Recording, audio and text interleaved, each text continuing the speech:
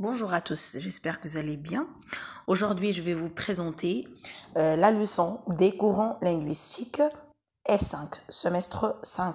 On va partir étape par étape. De temps à autre, je vais vous passer une vidéo sur les courants linguistiques S5. Donc, on commence par le premier courant, le plus connu, c'est le structuralisme de Louis Ferdinand de Saussure, très connu. Donc, vous devez connaître la conception saussurienne de la langue selon Saussure. Donc, à travers son mémoire, Saussure lance les premiers jalons d'une nouvelle perspective linguistique. Ils constitueront quelques années plus tard les fondements théoriques de sa conception structurale de la langue. Les mots-clés autour desquels se structure son mémoire se transforment en concepts fondateurs de la théorie structurale enveloppée dans son cours de linguistique générale publié par ses élèves en 1916 après sa mort. Donc, la rupture avec le comparatisme marque la transition d'une linguistique perçue comme un savoir vers une linguistique conçue comme une science. Et selon Saussure, la linguistique a pour unique et véritable objet la langue envisagée en elle-même et pour elle-même. Elle doit dégager des lois générales à partir de la diversité des langues. Le signe linguistique, passons au signe linguistique. Tout cela, ça rentre dans le structuralisme, s'il vous plaît, selon Saussure. Alors, la notion de structure est à l'origine de la conception que Saussure propose de la langue.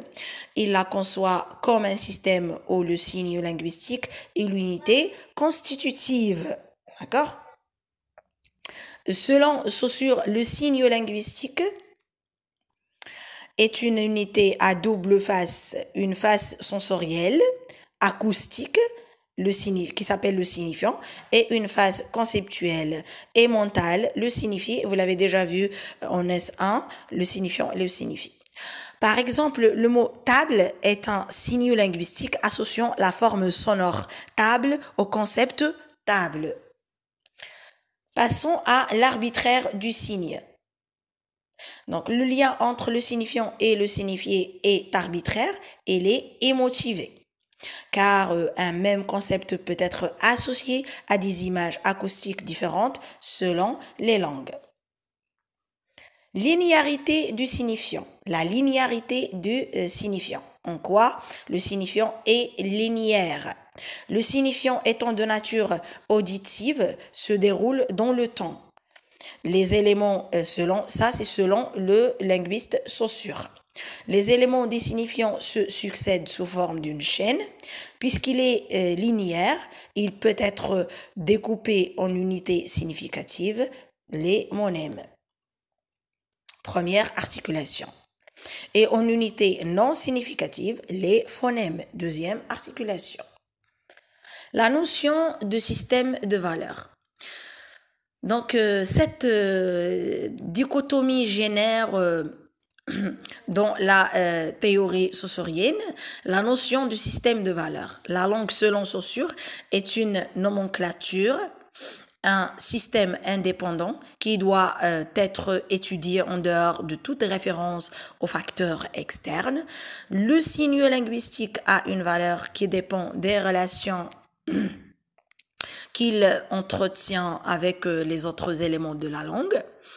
La valeur d'un signe résulte du résultat du réseau de ressemblance et de différence qui situe ce signe par rapport à tous les autres signes. La conception de la langue comme système de valeurs a été à l'origine du développement de la linguistique structurale. Saussure démontre ici, à travers la comparaison qu'il établit entre la langue et le jeu d'échecs, que les relations existent entre les unités identifiées non pas par leur substance, leur aspect phonique, mais par leur rapport réciproque, ce qui justifie d'envisager la langue en synchronie. Passons à la synchronie et diachronie, la dichotomie synchronie-diachronie. Alors, la nouvelle perspective structurale qui consiste à rompre avec l'historicisme pousse Saussure à établir la dichotomie fondamentale entre synchronie et diachronie. La synchronie désigne un état de langue considéré dans son fonctionnement et à un moment donné du temps. Et la diachronie considère la langue dans son évolution, bien sûr.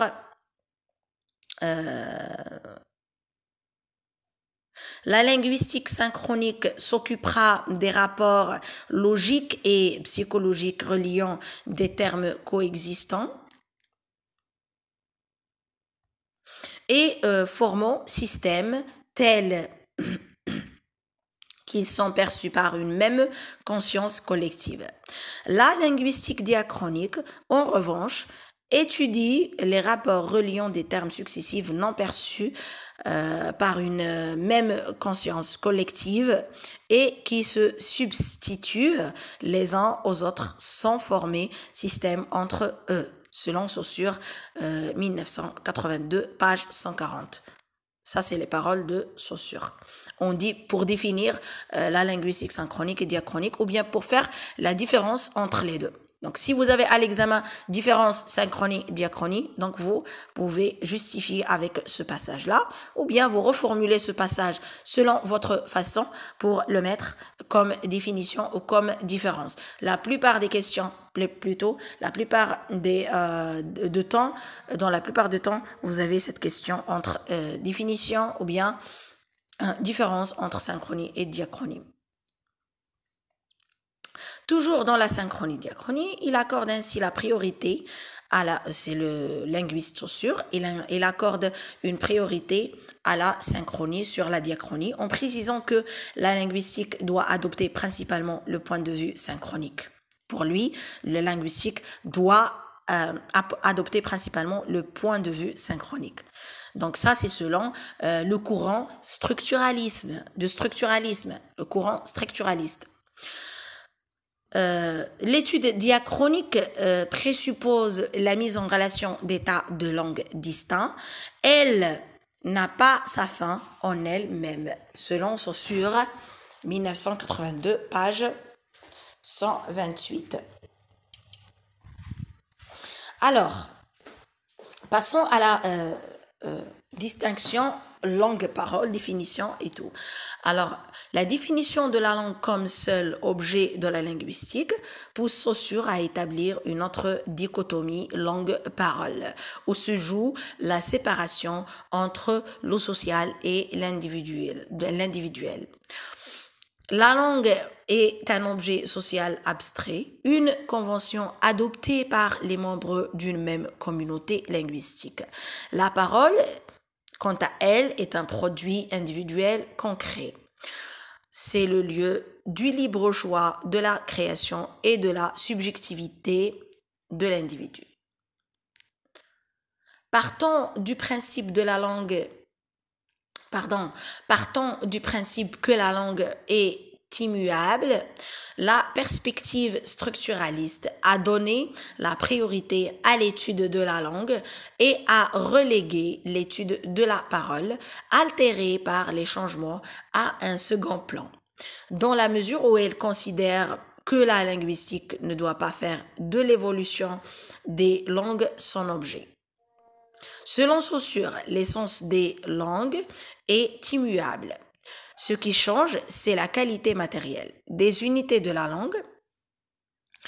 Tout ce qui est diachronique dans la langue ne l'est que par la parole. Selon Saussure, 1982, page 138, si bien sûr vous cherchez l'ouvrage sur Internet. N'oubliez pas ou bien dans les bibliothèques. N'oubliez pas d'aimer la vidéo, c'est très important pour l'évolution de la chaîne. Si vous voulez que la chaîne continue à publier des vidéos, de m'encourager par vos commentaires et par vos partages sur les réseaux sociaux. Merci à vous. Pour d'autres leçons, n'oubliez pas de commenter et de me laisser vos avis. Merci.